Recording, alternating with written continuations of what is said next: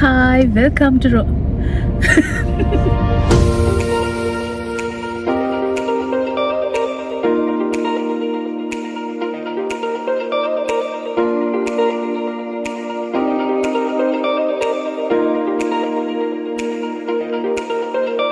Hi, welcome to the Roaming Souls.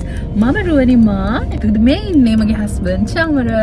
මේ අපේ Roaming Souls වල second video එක. අපේ road trip එකේ second day එක. ඉතින් ඔයාලා part 1 එක බැලුවේ නැත්නම් ඔයාලට පුළුවන් ඒක ගිහිල්ලා බලලා මේ part 2 එක බලන්න. අපි දැන් ඉන්නේ අපි යන තැනට යන ගමන් තැන් කීපයක් අපේ ඔළුවේ තියෙනවා මේ තැන් වලට යන්න ඕනි කියලා. ඉතින් අපි බලමු අපි යනකම් අපි දෙන්නට ෂුවර් නෑ අපි කොහෙට යයිද කියලා. ඒකින්ද අපි බලමු අපි කොහෙටද යන්නේ කියලා. ඒත් එක්කම ඔයාලට මතක් කරනවා අපේ YouTube channel එක subscribe කරලා තියාගන්න. ඔයාලා travel contents වලට ආස නම් විශේෂයෙන්ම ජපානි travel contents වලට ආස නම් ඔයාලා අපිව follow කරලා තියාගන්න, subscribe කරලා තියාගන්න. ඒත් එක්කම Facebook එක, Instagram එක, TikTok එක Roaming Souls වලින් අපේ pages තියෙනවා. ඉතින් ඒවත් like කරලා follow කරලා තියාගන්න. අපි ඔයාලව spoil කරන්න ready වෙලා ඉන්නේ. එහෙනම් අපි අපේ destination එකට ගිහිල්ලාම හම්බෙමු.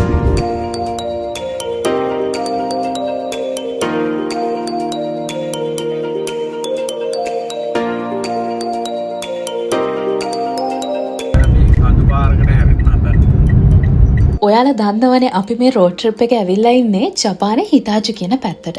මේ පැත්තේ තියෙන විශේෂත්වය තමයි එක පැත්තකින් කඳු පේන්න තියෙද්දි අනිත් පැත්තෙන් පේන්නේ මුහුද.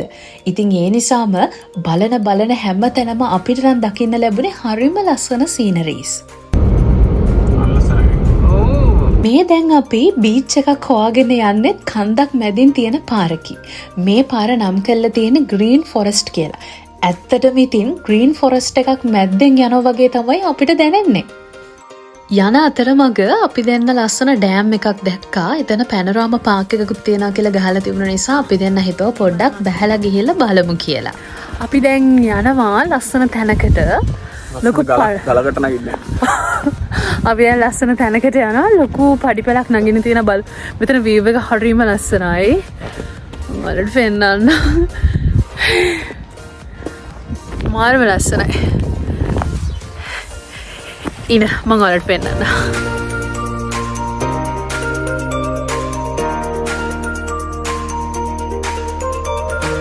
මොකද හොයාගත්තේ?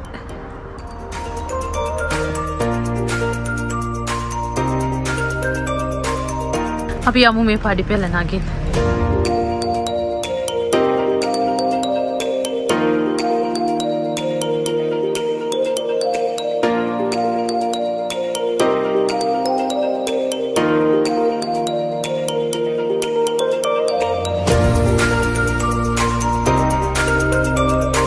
මේ ඩෑම් එකේ නම තමයි ජුවෝ ඩෑම්. ඔය ජපාන් අකුරු වලින් ගහලා තියෙන ඔයගොල්ලන්ට පේන්නේ ඒ නමම තමයි.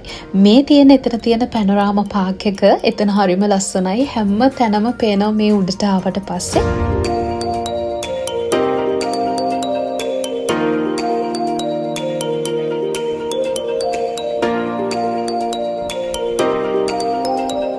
මේ ටික ඔයාට එයාට හොඳටම සීදලේ ඉන්නේ. අපි ඊළඟට කොහෙද යන්නේ? බීච් එකට. අපි බීච් යනවලු. මම එක්ක යන තැනකට ආයෙනවා. yes. මෙයා මාව කොහෙ එක්කගෙන ගියත් මං යත් එක්ක යනවා. සාමාන්‍ය ගෙදරදී අපේ අම්මයි තාත්තයි මාව වැඩි කොහෙවත් යවුවේ නැහැ. යාළුවොත් එක්ක සාමාන්‍ය ට්‍රිප් දෙක තුනක් යන්න හිටියත් යන්න බෑ. මේ ඉන්නෝගේ කරව ගැලවීම. මෙයා තමයි මාව හැමතැනම එක්කගෙන යන්නේ. මෙයා හරිම හොඳ ස්වර්ණ පුරුෂයෙක්. ඔයත් ගර්ල් කෙනෙක් නම් සමහර විටක මේ අත්දැකීම මට වගේම ලැබිලා ඇති. ඉතින් ඔයා ආදරය කරන කෙනත් එක්ක ඔයාට ඇවිදින්න පුළුවන් වෙන කාලෙට ලෝකෙ වටේම හොඳට ඇවිදින්න. හිනායි නව පේනවා. ඊට පස්සේ ඩෑම් එක මැද්දෙන්ම අපි ආයෙ එන්න පිටත් වුණා. අපි ආවා ඩෙස්ටිනේෂන් එකට. ඔයාලත් බලන්න මෙතන ලස්සනයිද කියලා.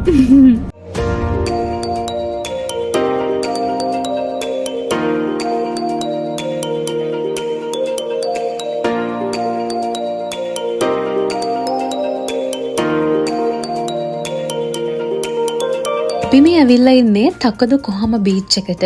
මැප් එකේ සර්ච් කරන්න තකදු කොහම බීච් ඉබරකි කියලා. එතකොට ඔයාලට මෙතන ලොකේෂන් එක හොයාගන්න පුළුවන්. මේ බීච් එක හරියට ජපානයේ හිඩන් ජෙම් එකක් වගේ. මොකද මෙතන වැඩේ කවුරුත් දන්නේ නැති ටිකක් අස්සට වෙන්න හැංගිලා තියෙන තැනක් තමයි මේ.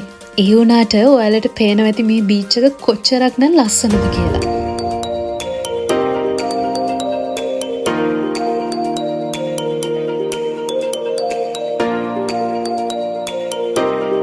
මේ බීච් එකේ ස්පෙෂල් තැනක් තියෙනවා. ඒ තමයි සීක්‍රට් වින්ඩෝ එකක් තියෙනවා සී එකට. මේ බලන්නකෝ එතන.